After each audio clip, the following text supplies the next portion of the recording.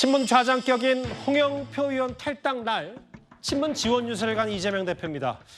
어제 서울 영등포 갑, 그러니까 김영주 의원의 당적을 바꾼 지역구를 찾은 데 이어서 오늘은 서울 양천 갑을 찾았습니다. 문재인 정부에서 문체부 장관을 지낸 친문계 황희 의원 지원 사격에 나선 건데요. 그런데 이 대표가 그 전에 이런 말을 하나 했습니다. 자, 여러분 감사합니다. 우리 사실 따지면 우리 황희 후보가 훨씬 더 잘생겼죠. 제가 이번에 공천 과정을 이렇게 지휘하면서 보니까 전부 다 저를 원망하고 있습니다. 아무리 공정하게 해도 양쪽으로부터 비판받거나 원망을 받을 수밖에 없는 자리여서 정말 시켜줘도 절대 하지 말아야 되겠다. 정말 너무 힘들고 지금도 정말로 힘듭니다. 오늘로서 세 분이 된 것 같아요. 근데 이 기존에 탈락한 두 분의 경우는 시스템에 의해서 경선 도중에 탈당했거든요. 경선에도 안 되니까 나가지 않았나 하는 게 제 생각입니다. 실제로 객관적으로는 아마 이기기 어려울 거다라고 예측되는 분들이 이렇게 나가셨어요. 결국 그것도 시스템에 의한 것인데. 대표님도 좀 강하게 해보세요, 그쪽에다가. 알았어요. 그 과정에 저도 무지하게 괴롭다는 사실을 여러분도 좀 이해해 주시기 바랍니다. 이게 그 요란한 그 진통 속에서 낳은 옥동자구나. 이렇게 봐주시고 심판에서 바꿔보자! 얘기를 좀 보면 오늘 이 대표 얘기는 경선에서 안 되니까 나가지 않았다 하는 게 제 생각입니다. 황 의원 지원하면서. 실제로 객관적으로 아마 이기기 어려울 것이라고 예측된 분들이 나가셨어요. 그 구장 차장님, 네. 어제 긴급 기자회견을 자청한 것도 그렇고 이 대표가 이제 본격적으로 탈당한 사람이든 여당이든 비판 수위를 좀 높이고 있는 것 같아요. 네. 지금 어제 영등포 갑, 오늘 양천 갑, 민주당으로서는 반드시 지켜야 할 선거구를 지금 전략적으로 선택적으로 가고 있다 이렇게 볼 수 있을 것 같습니다. 예.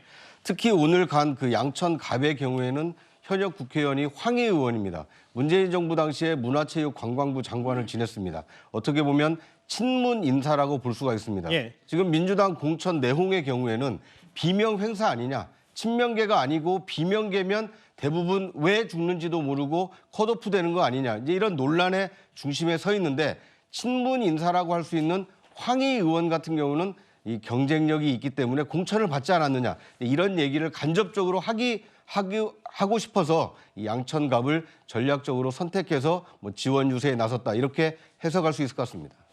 김수민 평론가님, 그런데 이제 물론 친문 탈당한 날 친문 지원 유세 통합행보, 왜냐하면 종로도 노무현 전 대통령의 사인 곽상원 후보 갔으니까 통합행보라고 볼 수 있는데, 근데 그러면서도 어제 영등포 갑도 그렇고 오늘도 본인에 대한 항변을 좀 많이 하고 있어요. 왜냐하면 시스템 공천으로 했는데 왜 나 억울하고 다음부터 공천 같은 거 맞지 않겠다는 취지를 어떻게 받아들이세요? 일단은 현재 공천이 많이 마무리가 되어가는 상황이기 때문에 본인으로서 쌓여있는 말들을 계속해서 유세 현장에서 털어놓는다고 볼 수가 있겠습니다. 그리고 이 대표가 선거에서 이렇게 현장에 나가서 지원을 한다 했을 때 조직적인 선거운동에 대해서 더 조직화를 같이 한다거나 이런 차원은 아닌 것이죠. 이 대표는 이제 정당의 대표로서의 메시지를 갖고 나가는 것인데, 아무래도 이제 공천에 대한 이 갈등을 수습하는 것, 이것을 이제 가장 우선 목표로 삼고 선거 운동을 하기 때문에 그런 언급을 이제 계속해서 하고 있는 게 아닌가 그렇게 보여집니다. 허 기자님, 네. 그 시스템 공천을 강조하는 느낌. 네. 왜냐하면 그런데 이제 오늘 잠시 뒤에도 만나보겠지만 이재명 대표가 이제 이른바 그 릴레이, 공통점 질문 릴레이도 하면서 비판 수위를 높이고 있고 오늘 맞고발전도 했고 전반적인 그 행보를 어떻게 판단하세요? 네, 오늘 밤에 이제 말하자면 이제 20군데 이르는 이제 그 민감한 지역에 공천 결과가 발표가 되기 때문에 거기서 잠시 전에 말씀드린 것처럼 저는 이제 친명 또는 찐명 후보들이 되고 후보로 확정되는 결과가 나온다고 보고요. 거기에 대해서 또 굉장히 민주당 안팎으로 들썩일 테니까 미리 좀 뭐라 그럴까 이제 좀 방어막을 치고 있다 이런 생각을 합니다.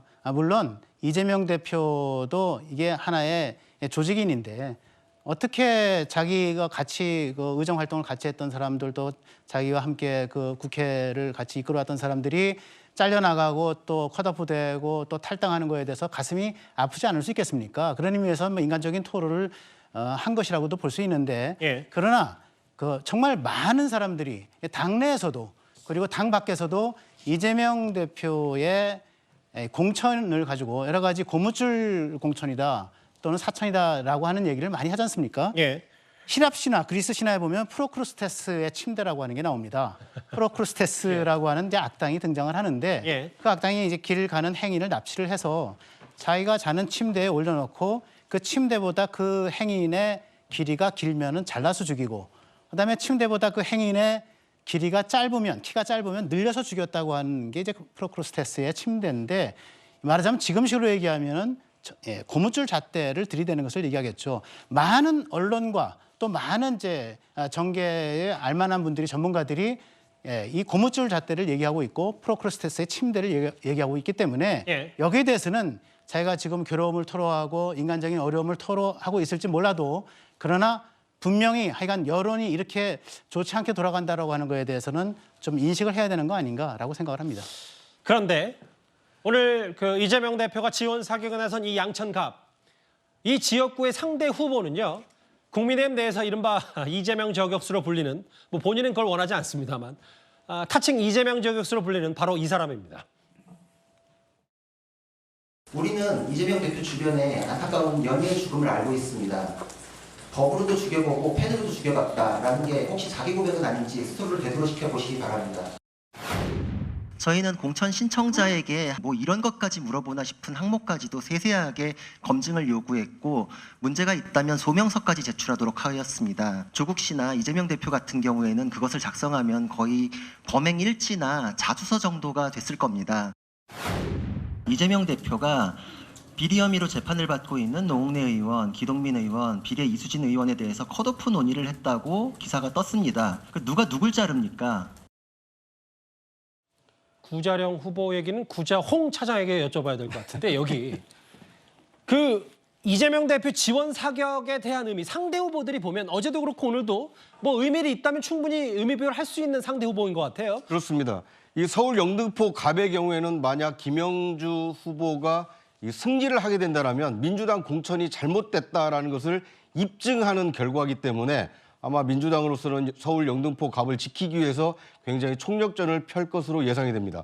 또한 양천 갑의 경우에는 구자령 변호사가 뭐 자신은 그렇게 불리기를 원치 않습니다만 자타가 공인하는 이재명 저격수입니다. 만약 구자령 변호사가 양천갑에서 황희 후보를 누르고 당선한다면 예. 국민이 이재명 저격수를 선택했다. 이재명 저격이 필요하다. 이것을 승인한 결과가 되기 때문에 양천갑의 경우에는 국민의힘으로서도 반드시 승리해야 될 지역이고 민주당으로서는 반드시 사수해야 될 지역이기 때문에 예. 이재명 대표가 특별히 공을 들이고 있다. 이렇게 볼 수 있을 것 같습니다. 영등포갑은 이게 전직 영등포 구청장 출신인 최한일 후보. 영등포갑은 이제 민주당의 도전자고 이곳 오늘 이재명 대표가 찾은 양천갑 목동 주변은 구자령 변호사, 구자령 후보가 도전자입니다. 그래서 아마 의미 부여를 많이 되는 것 같은데